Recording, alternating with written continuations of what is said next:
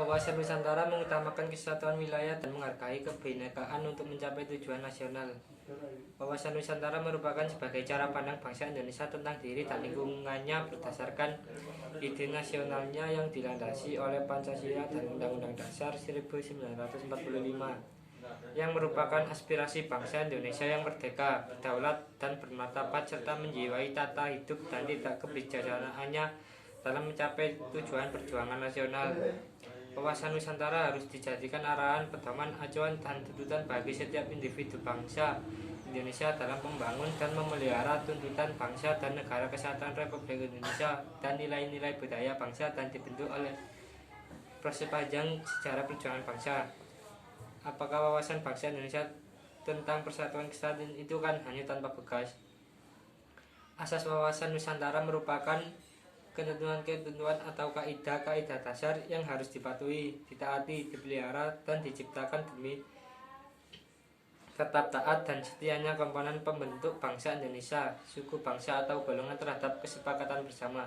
Harus disadari bahwa jika asas wawasan Nusantara diabaikan, komponen pembentuk kesepakatan bersama akan melanggar kesepakatan bersama tersebut, yang berarti bahwa tercerai-berainya bangsa dan negara Indonesia.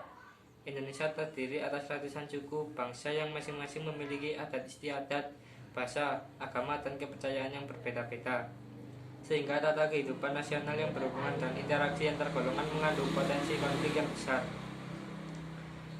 Wawasan Nusantara mempunyai fungsi. Wawasan Nusantara sebagai konsep ketahanan nasional merupakan wawasan Nusantara dijadikan konsep dalam pembangunan nasional, pertahanan, keamanan, dan kewilayahan.